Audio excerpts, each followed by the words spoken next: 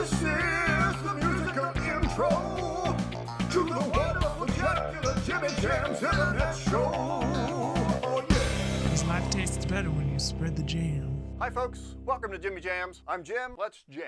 There was life before the Food and Drug Administration. I'm not trying to get deeply political, but let's face it, things like politics, religion, sex, Oprah Winfrey, and other things that you're not supposed to talk about in mixed company, they tend to get tangled up into each other everywhere you go, and you can't avoid it. So chill. Don't have a hissy fit. How in the world did we even live before the FDA? Now, I am certain that these non-elected rule makers have made fabulous rules that have saved us from snake oil salesmen, reckless food processors, and the like. I'm also certain that they've become a bloated, slow, mysterious, and inefficient centralized bureaucracy. Isn't that bad for my health? There's a perfectly normal fear that people are going to give bad substances and objects to other people. That's a legitimate concern. My question is whether some centralized federal food taster is the only way to deal with it. There has to be something said for common sense. I mean, water can be declared low in saturated fats, but you can still choke on it. Let me give an example of my cogitation. If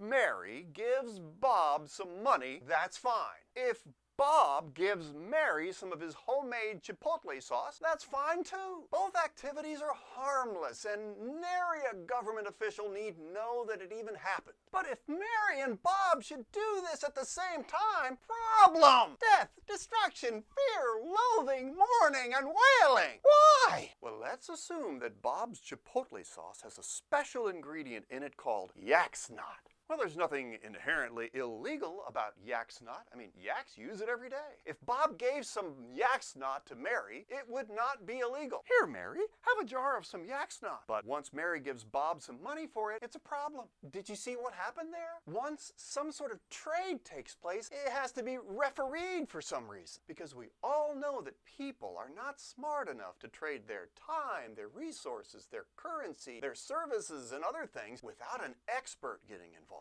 Are you seeing a trend here? Do you notice an issue of control here? Now, don't get me wrong here. We're all concerned about deceptive, misleading, and fraudulent boneheads out there poisoning us and ripping us off. The question I'm asking is whether common sense is franchised to only a select few so that the rest of us must trust them unwaveringly and then just wander about like sheep without a care. Is there another way to protect our commonwealth from yak snot? Well, it seems that we have decided that the best way is to have non-elected, mostly unknown lawgivers deciding what is and what isn't healthy for us. Maybe these wizards are good and maybe they're not. Is that the best way though? Is it possible that we could just let Mary, her friends, and her community scrutinize Bob's stuff carefully and publicly shame him when he fails them or he hurts them in some way? Can we empower Mary and her village to hit Bob in his snot-sucking pocketbook so that he doesn't ever do this to people buying his snot again? No, I'm not against snot examiners. I'm just questioning whether they need to be official snot examiners.